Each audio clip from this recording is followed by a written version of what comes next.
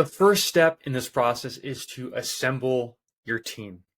And I think this is really important, is who's going to be involved in this process. You can't do it alone, right? So how can we leverage some of the existing resources and personnel and stakeholders in your school, district, or organization that can help you with the AI policy development?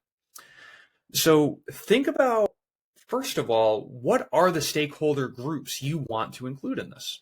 Now, traditionally, when it's a larger scale policy like this, you typically want to have a task force that has a few different key groups. So you need teachers at the table. Teachers need to be involved with this in some capacity. Administrators and school leaders. So this can be like directors of curriculum, technology directors, even folks that are more at the higher level. So like superintendents, assistant superintendents, really any leadership group that's going to be part of this process is going to be really helpful as far as scaling it and providing support for people that are implementing it at the ground level. So you need some core administrators and school leaders there. The student group is important as well. So do you have some type of student input, particularly when it comes to the student use and responsible use policies?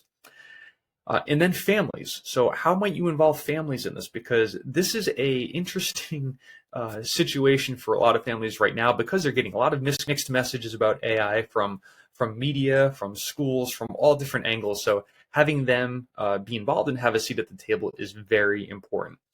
Now, why is this important? I think we come into these with a lot of preconceived notions and in some cases misconceptions about this, and we wouldn't realize that unless we had different viewpoints. Also, from a practical standpoint, you need to get buy-in, right? So if you involve more stakeholders at the beginning, particularly with the development of this, you are going to get more buy-in once you roll out that particular policy. So here's one specific action that you can take. First, invite members from each of the stakeholder groups to participate and have some type of initial kickoff meeting. And it doesn't have to be very formal. It could be a webinar. It could be even a self-paced kickoff is possible. But you need to establish some type of goals and timelines, particularly some clear deliverables, right? So if you're going to develop an AI policy, if you're going to do it in pieces and have different folks have different roles, you need to have deliverables and due dates. That's one thing I realized right at the beginning, is you need to have clear, actionable items that they're working on, that they're going to have some tangible asset that they provide. That's really important. So setting a timeline and a goal. So what am I talking about? So that could be something as simple as, we want a draft of our entire policy on this date, or we want a subset of our use cases for responsible use. We want that section of it done by this date. So have some clear roles and responsibilities, but also some timelines and deliverables.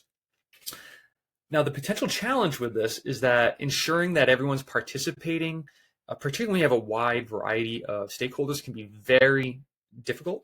It can be very time and resource intensive. So what I would consider doing is, if you know that your timeline is tight, or maybe your resources are limited, consider a smaller, more focused task force. And you could use the 2 pizza rule, right? So if you have 2 pizzas, could it feed the whole group? If not, then maybe you have too many people at the table. So maybe 1 representative from admin, 1 representative from IT, 1 student, and then really get things moving. I just found that a lot of times that tends to be better than having a task force of, say, 40 people. Because 40 is just too many at the initial stages in a lot of cases. Maybe you can have 40 people evaluate it and give you feedback, but that would be too many for a policy group. So I would say keep it smaller, particularly if your timeline's tight and your resources are limited. All right, and the next step was, once you have your team assembled, then you need to find out where your district's at, which we'll turn to in our next video.